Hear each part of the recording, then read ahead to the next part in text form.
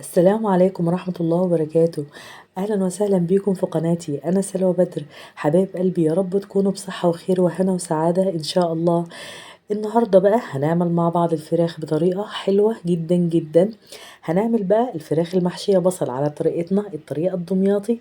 هنعمل تكية كده محدش بيعملها غير الضمايطة اللي هو احنا يعني، بس يا رب تعجبكم إن شاء الله.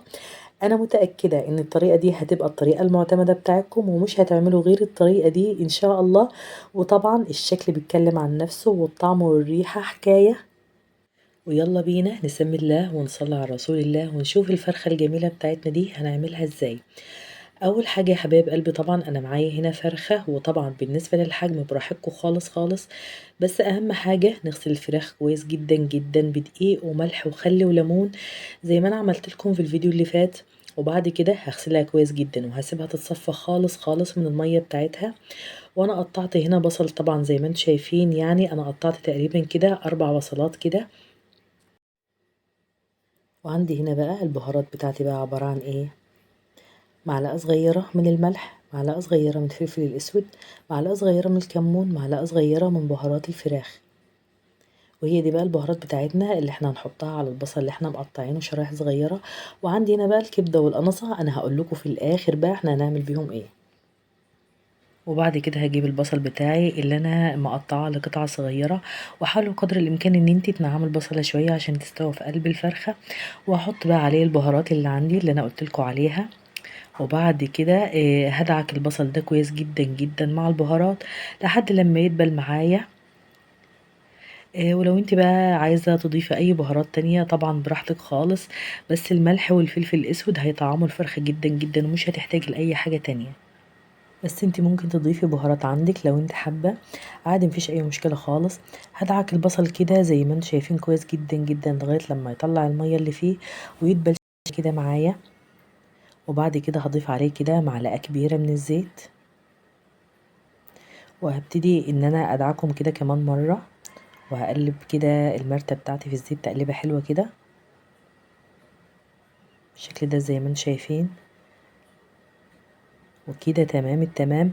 وعندي هنا الكبدة والقنصة اللي انا قلت لكم انا هعمل بهم ايه في الاخر اهم. قطعتهم لقطع صغيرة وهحطهم على المرتة بالشكل ده، وهديهم تقليبة خفيفة كده. وكده المرتة بتاعتي بقت تمام التمام وجاهزة بقى ان احنا نحشي بيها الفرخة بتاعتنا. وطبعا زي ما قلت لكم انا غاسله الفرخه كويس جدا جدا وصفيتها من الميه اللي فيها. وبعد كده هبتدي ان انا احشيها بالبصل اللي معايا بالشكل ده. في ناس بقى بتحب تحط البصل على النار يدبل كده شويه، وتحط عليه كده معلقه سمنه وشويه زبيب. دي طريقه تانية واختياري طبعا براحتك، لو حابه تعمليها ممكن تعمليها عادي، بس انا عن نفسي انا بحب الطريقه دي جدا.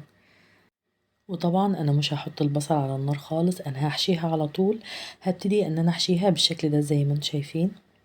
كده خلاص انا خلصت. وجه طبعا وقت التقفيل، طبعا لازم نقفل على المرتة اللي احنا حطيناها دي. هنقفل عليها بايه؟ عندي بقى الابرة والخيط. وممكن لو انت بتستخدمي الخلة ممكن تستخدمي الخل عادي، اللي يريحك وانت متعودة عليه اعمليه. لكن انا طبعا بقفلها بالابرة والخيط بالشكل ده علشان اضمن ان المرتة ما تطلعش منها خالص.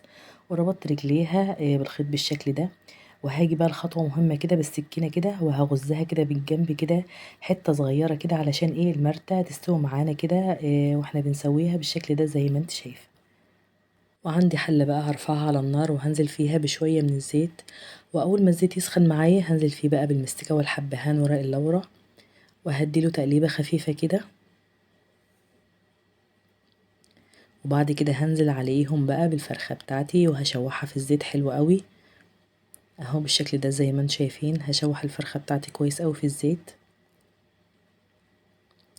وبعد كده هكون بقى محضرة مية سخنة في الكتل، وهنزل بقى على الفرخة بالمية السخنة بالشكل ده.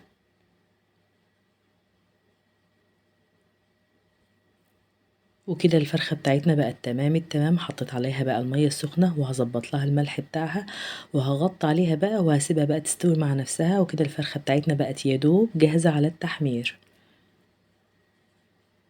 وكده خلاص الفرخة بتاعتي استوت وبقت تمام التمام. انا كده خرجتها من الشوربة وحطيتها عندي في صينية ألمونيا بالشكل ده.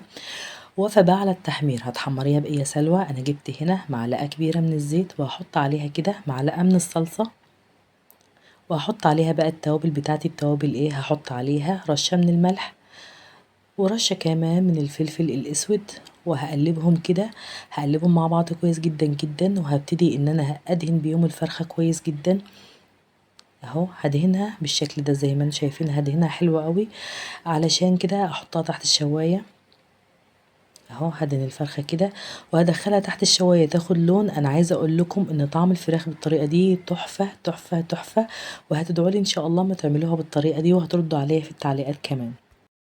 وهنا خلاص بعد ما طلعتها كده من الفرن واخدة لون تحفة. عملتها طبعا من كل الجوانب، وهقدمها بالشكل ده. عايزة بقى تقدميها بقى مع رز بسمتي عادي براحتك، عايزة بقى تقدميها مثلا مع مكرونة، عايزة تاكليها بالعيش براحتك خالص. هي بجميع كل حاجة بجد تحفة، وطعمها خطير جدا جدا. وزي ما شفتوا كده الوصفة ما اخدتش معايا وقت خالص خالص، سهلة جدا وسريعة. وبجد الفراخ كان طعمها جميل جدا وريحتها خطيرة. هستناكم بقى تجربوها وتقولوا لي رأيكم فيها ايه. بس بقى ما تنسونش بقى من لايك، ويا ريت كومنت حلو منكم بقى.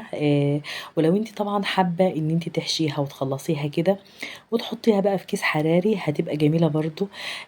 او تعمليها زي ما انا عملتها، بجد هتبقى حلوة قوي معاكي، بجد تحفة وطعمها خطير وما اخدتش مني اي وقت خالص. وانا كده خلاص خلصت الفيديو بتاع النهارده. يا رب يا رب الوصفه بتاعت النهارده تكون عجبكم. ما تنسونيش بقى في الشير واللايك، واللي لسه ما اشتركش عندي في القناه يدخل يشترك عندي بسرعه. والسلام عليكم ورحمه الله وبركاته.